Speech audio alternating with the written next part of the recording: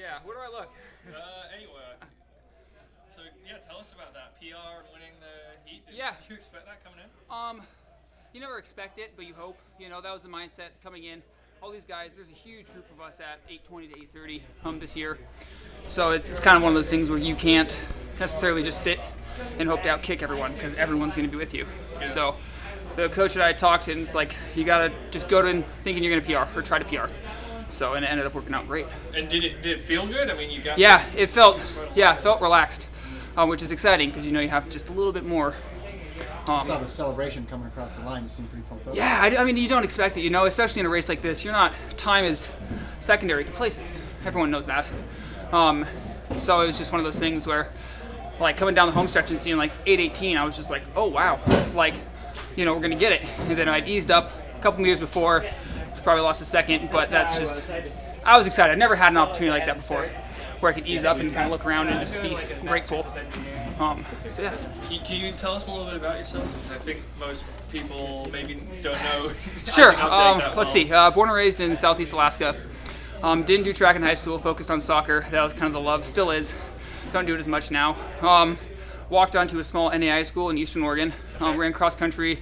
Ended up running track there. Went 5 years, and then in 2015 I moved to Eugene and met Ian Dobson, my current coach. And things kind of just manifested from there. And what NAIA school? EOU, Eastern Oregon University. Okay. Yeah, so a small, as far northeast as you can basically get in Oregon. Were you steeplechaser there?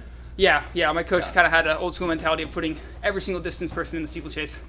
And if you fall in the first race, then you're getting pulled. Otherwise, you keep doing it until you fall. And you never fell? Never fell. Do you have a full-time job? Yep. Yeah, I work 30 to 40 hours at Dick's Sporting Goods. So I guess I used to. I put my 2 weeks because I'm decided to punch the ticket over to Europe.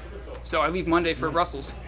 So that's going to be another big swing post USA's. Yeah. What's going so well for you right now with Ian? I don't know.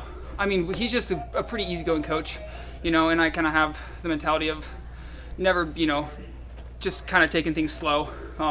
I tore my PCL last year, so I didn't get back into workouts till like March. So this season was kind of just like trying to get healthy, don't do anything dumb, and just work the long game. And somehow that ended up working into a short game because it's only 4 months now and there's a PR. So why did you decide to walk onto the team having never run? I did cross country. Oh, you did cross country? Yes, excuse me. And I was fairly natural at that, but I never, you know, track isn't a huge thing in Alaska. I mean, how many Alaskans, you know, Trevor Dunbar, you know, and then Allie. Yeah. So those are the two people that I know of. So it's just, I enjoy running, and when you're naturally good at it, you kind of, you know, you like it more. Sure. So is the plan then go to Europe, make as much money as you can, or get a pro contract and then come back? I don't know about contracts. I'm not from a running family or anything like that, so this is all really, really new to me still. So I've talked to a couple teams trying to just try to join something to where there is some sort of support to then be able to, you know, get to a contract one day. Well, because you said you're given your 2 weeks, so you don't have a job when you come back from Europe? Correct, yeah. Well, and my coach sadly is retiring after this year. Okay. So that is kind of where the urgency comes from.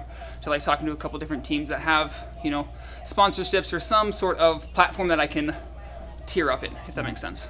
So what's the goal for the final? Race. So, I mean, there's no, you know, you can't go in, I don't like going in with like a time goal or a place goal. It's just, you put yourself in the mix and you see where it gets you. You made the finals in 2016, right? Yeah. Okay. Yeah, that was the biggest race you've been in? Correct. Oh yeah, by far. Yeah. Hayward is great. So. And does track material, or like track gear, does that sell better than usual in the Dick's Sporting Goods in Eugene, or is it really Tracktown USA? It is, yeah. I mean, it's Nike, so it's just a really big Nike community. You know, obviously because that's where it kind of started. Yeah. It was started up north of there, but it's not. We don't. Yeah, Dick's Sporting Goods is more of an overall sporting goods store. Okay, so that's kind of a different whole topic. Well, good luck in the final. Thank you guys. Nice run today. Yeah.